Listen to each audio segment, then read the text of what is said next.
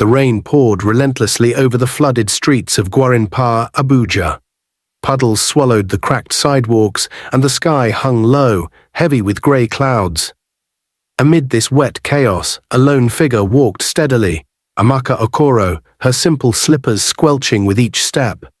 Her modest Ankara skirt clung damply to her knees, and a worn scarf shielded her curls from the downpour. People hurried past, heads down, umbrellas shielding their faces. No one stopped or even spared her a glance. To the outside world, Amaka was just another struggling woman trying to survive the city's unforgiving pulse. Her torn handbag and faded clothes whispered stories of hardship.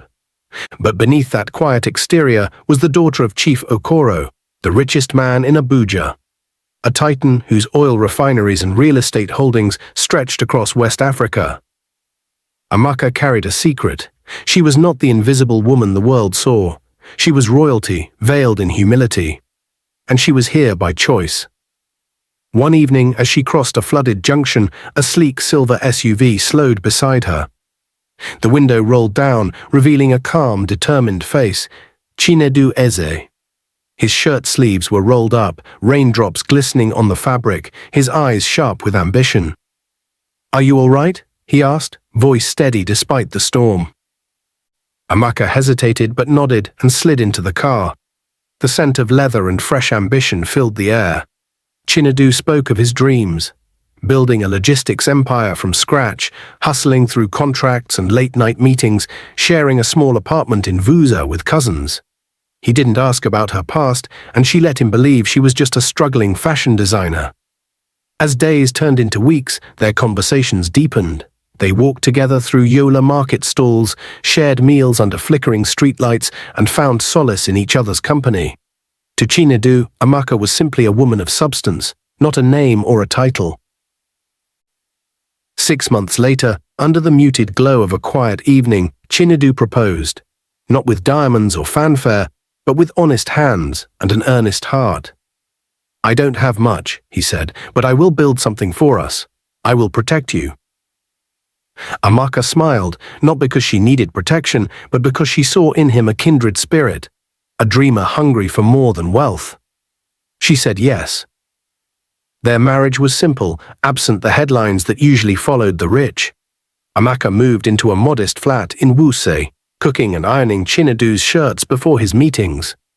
Behind the scenes, she quietly pulled strings, calls to her godfather in Zenith Bank, favors from cousins in investment firms, ensuring that Chinedu's path was smooth. She never took credit, choosing instead to be the silent force behind his rising star. But love built on silence carries its own weight, and beneath her calm, Amaka's heart bore a quiet fear. Would the truth of who she was shatter the fragile world they were building? As Chinedu's logistics business gained traction, the small flat in Wuse that once felt full of hope began to shrink under the weight of change. His meetings grew longer, phone calls more secretive. The ambitious man who once wore simple shirts now sported tailored suits, carrying himself with a new confidence. Words like leverage, valuation, and executive footprint slipped easily from his lips, marking his ascent into Abuja's elite circles. Amaka watched quietly from the sidelines. She still ironed his clothes and left warm meals on the table, praying nightly for his success. But the man who had looked into her eyes with dreams now seemed distant, a stranger lost in boardrooms and high-rise towers. One evening, Chinedu burst into their home, clutching a thick envelope, breathless with excitement. "Amaka, I got it," he exclaimed, waving the contract like a trophy. "The Obasi Group, 500 million naira logistics deal. This is our breakthrough." Amaka's heart softened, but beneath her smile was the heavy secret she carried. Just days before, she had called her father, Chief Okoro, and secured his cautious but powerful endorsement, an anonymous push that had opened doors Chinedu didn't even know existed. She let him bask in the glory of victory, clapping quietly in the kitchen as he celebrated, never revealing the truth behind the success. To her, real love was belief without control, the strength to let someone feel their own power even when it was quietly gifted. But with the triumph came distance. Chinedu's social circle expanded, filled with Abuja's political elite and wealthy investors. His use of Amaka's name in conversation grew rare. The woman who once stood beside him in struggle was now left behind in silence. One night, when Amaka timidly asked about his latest pitch deck, he brushed her off. "It's high-level strategy, Amaka." "You wouldn't understand," he said, eyes sharp and dismissive. Amaka smiled faintly, the irony bitter. The woman who had grown up speaking corporate finance fluently was now reduced to the role of the stay-at-home wife. Yet she chose silence, not weakness, but patience. She vowed to wait for their second anniversary, the night she would reveal everything, the truth of who she was, the sacrifices she'd made, the power she'd hidden. She imagined that night perfectly, a quiet dinner under the city lights, wine glasses clinking, her hand sliding a folder across the table, bearing the truth. But fate had other plans. The second anniversary came quietly, but for Amaka it felt like the night everything would change. She dressed carefully in a blue satin dress, simple yet regal, her curls softly framing her face, gold earrings catching the light. In her hands, she carried the folder of truths she had prepared to finally reveal her hidden legacy to Chinedu. A message had arrived earlier, dinner at the Sky Lounge, just us. Hope fluttered in her chest. But when she arrived at the rooftop restaurant overlooking Abuja's sparkling skyline, the warmth she imagined was absent. Chinedu did not stand to greet her. His eyes held no spark. He sipped wine without a smile, barely acknowledging her presence. "Talia," he said flatly, her real name still foreign on his tongue. She forced a gentle, "Happy anniversary, Chinedu." He exhaled deeply and placed his glass on the table. "Let's stop pretending," he said, voice cold. Her heart faltered. "Pretending?" she asked softly. "I didn't come to celebrate. I came to talk about what's next, for me." She blinked, confused. "For you?" "I've outgrown this life, us. I'm on a new level." "You don't fit anymore," he said, eyes sharp as broken glass. Amaka's fingers trembled under the table. The man she loved, the man she had silently supported, was casting her aside. "I've met people who belong where I'm going," he continued. "Bianca, for example. She's elegant, connected. Her father knows Chief Okoro. She helped me get that Obasi deal, not you." The name Bianca twisted in Amaka's chest. A woman she'd never met, yet who had stolen her place. Chinedu's words cut deep. "My mother agrees. You were never my class." Silence swallowed the rooftop. Only the distant hum of the city remained. He stood abruptly. "The divorce papers come this week. Let's not drag it." And with that he walked away. Amaka sat alone, the table set for two, now a monument to shattered dreams. Tears threatened, but she held them back. Not here, not now. She had come prepared to bare her soul, but instead her silence became her shield. In that moment, the heiress behind the humble veil understood. Sometimes the crown is taken before you're ready to wear it. But her story was far from over.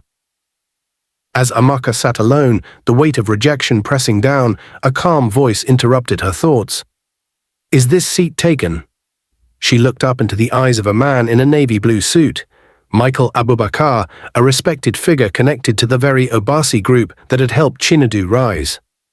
"I saw what happened," he said gently. "I didn't mean to intrude." Her breath caught. "I'm Michael Abubakar," he introduced himself quietly.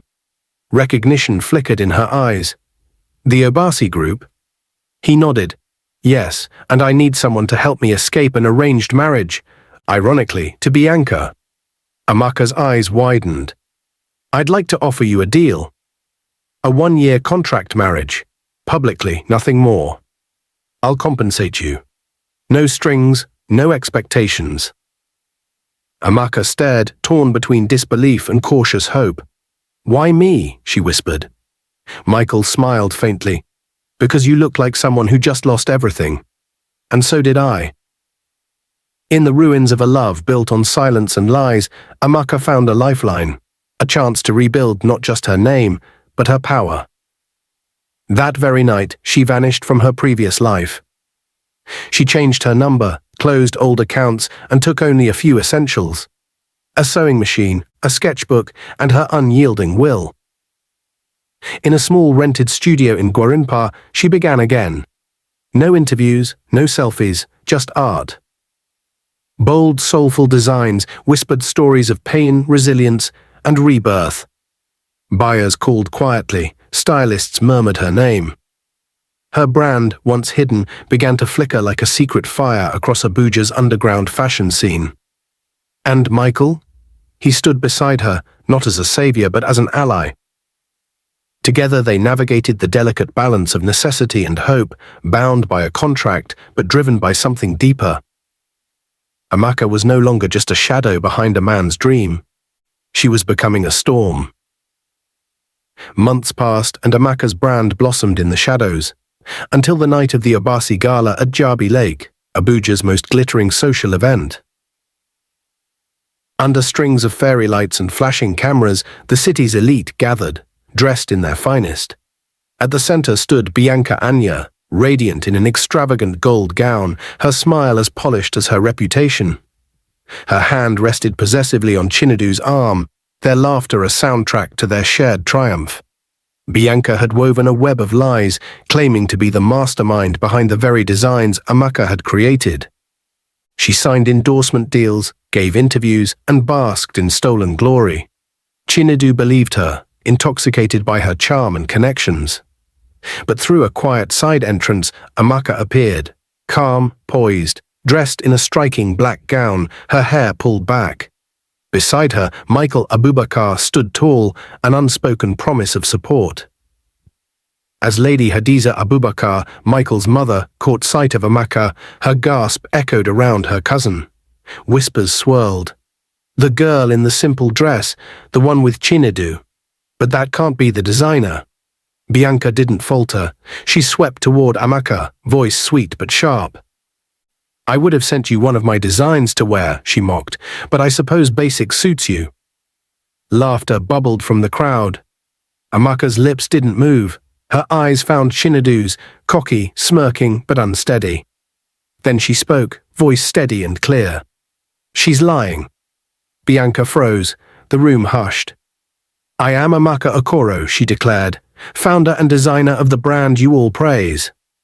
She opened a leather folder, revealing dated sketches, archived emails, and payment records. Two assistants stepped forward, tailors from her studio. "I've never met Bianca," one said firmly. "She came pretending to be an assistant and asked us to keep quiet." The crowd erupted. Reporters surged, cameras flashed, questions fired. Amaka looked directly into the lens. "I'm not accusing," she said. "I'm proving." Bianca's facade crumbled. Chinedu stood frozen, the lie exposed. But Amaka didn't gloat or shout. She simply handed back the microphone and stepped down, walking into a future she now claimed with quiet pride.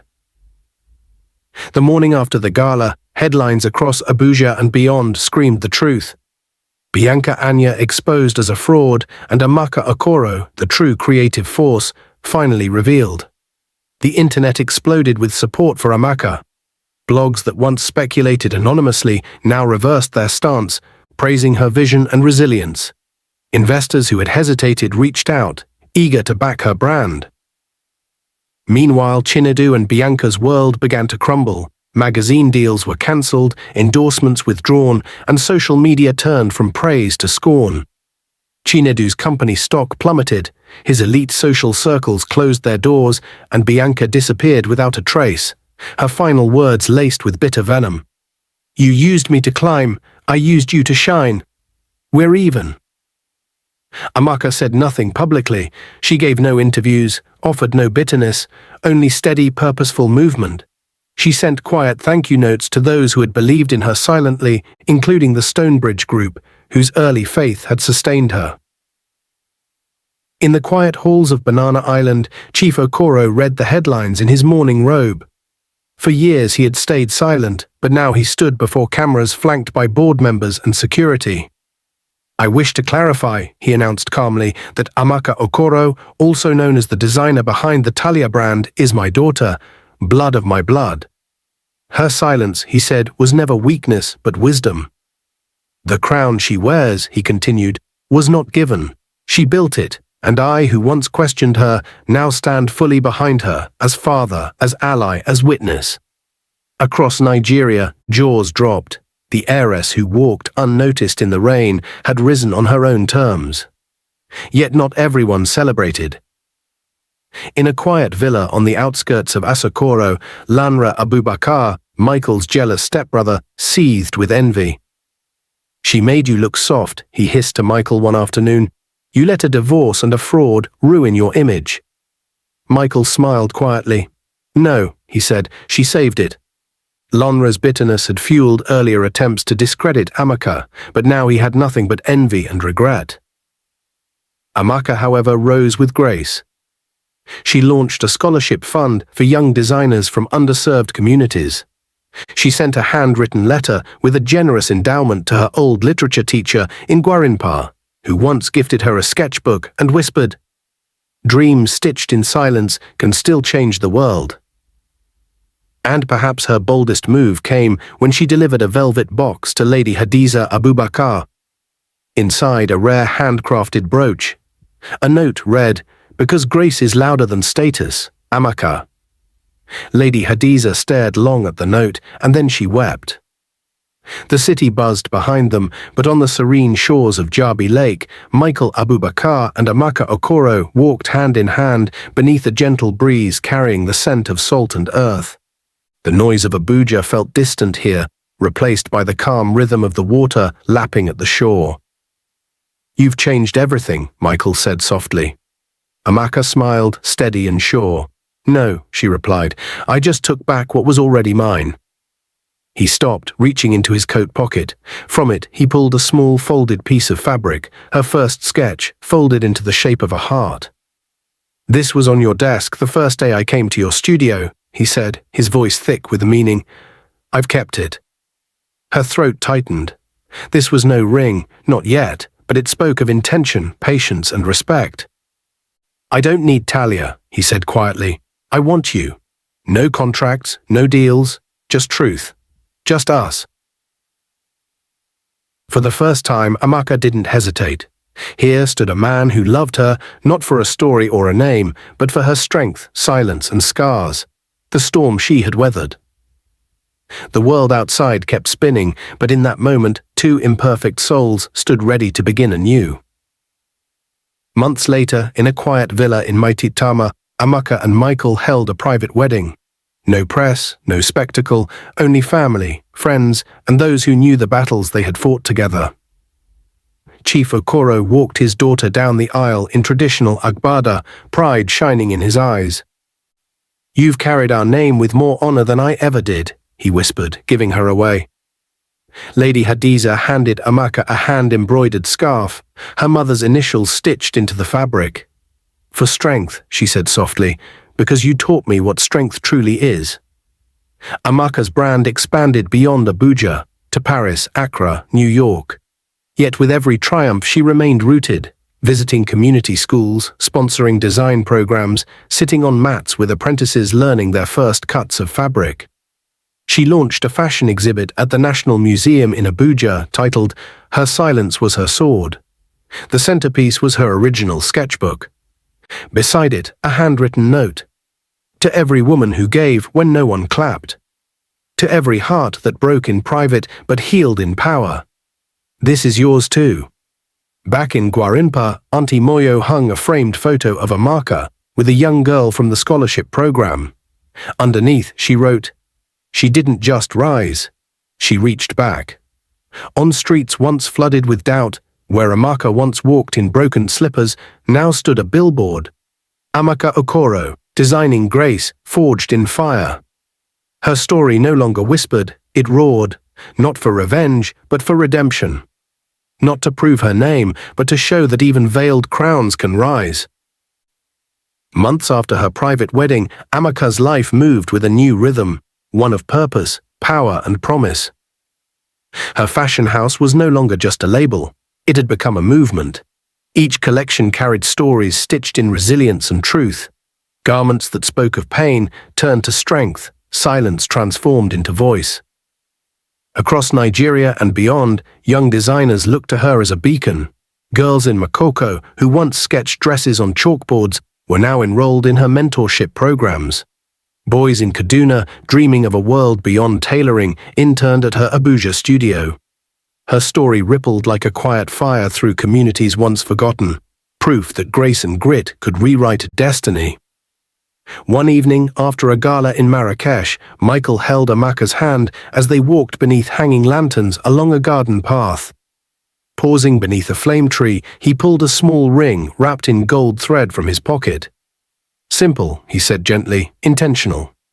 No contracts," he promised. "No expectations, just love, if you'll have it." Amaka didn't cry or gasp. She smiled, a quiet, steady smile. Because real love doesn't shout, it arrives whole, ready. She nodded once. "I will."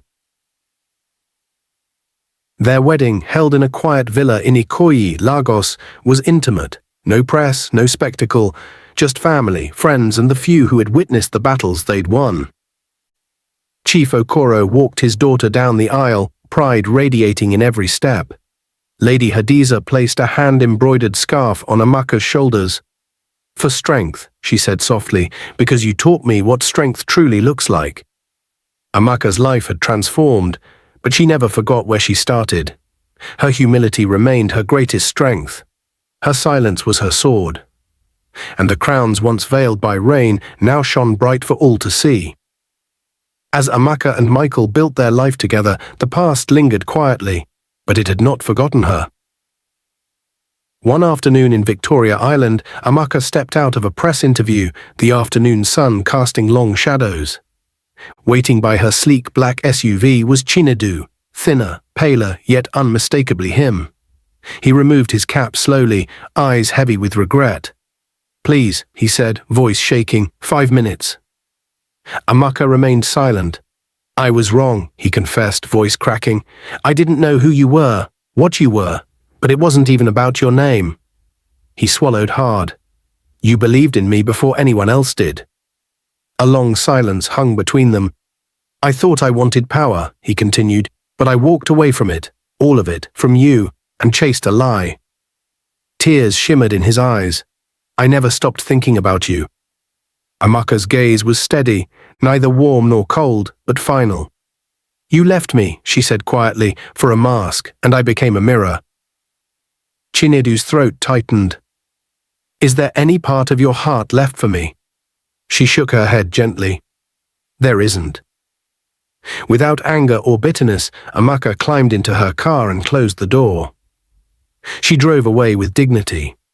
Behind her, a new chapter awaited. Her legacy was not in a name, a contract, or a stolen crown. It was in every quiet act of resilience, every silent stitch of truth, every life she had touched. As she and Michael continued their journey, their love was no longer a contract, but a promise. Together they had become more than survivors. They were builders of a new dawn. Months passed, and Amaka's name became synonymous not just with fashion, but with empowerment and hope. At a grand fashion empowerment conference in Paris, young African designers gathered to honor her. Girls from Makoko, boys from Kaduna, those who once dreamed quietly, now stood before her, their eyes shining with gratitude. Amaka spoke not of her own journey, but of grace, silence, and knowing your worth even when the world doubts you. From the front row, Lady Hadiza Abubakar rose, tears glistening. "I was wrong," she said publicly. "I judged you by your name, not your substance." Behind her, family members, critics, and press moguls nodded in solemn agreement. Amaka stepped forward, microphone in hand. "I forgive you," she said softly, "but let it be a lesson. Kindness matters more than class. Dignity is not worn, it is lived. And those we mock today might carry the fire we need tomorrow." The applause was thunderous, not for performance but for truth. That evening, as golden light bathed the Paris streets, Michael took Amaka's hand. No more shadows, no more contracts, just truth. Just two people rising side by side. Amaka smiled, finally free to be herself. No veil, no silence, no hidden crowns. She was becoming. Her story was no longer whispered in rain-soaked streets. It roared across continents. A legacy not given but earned. A queen who had risen from the veiled storm.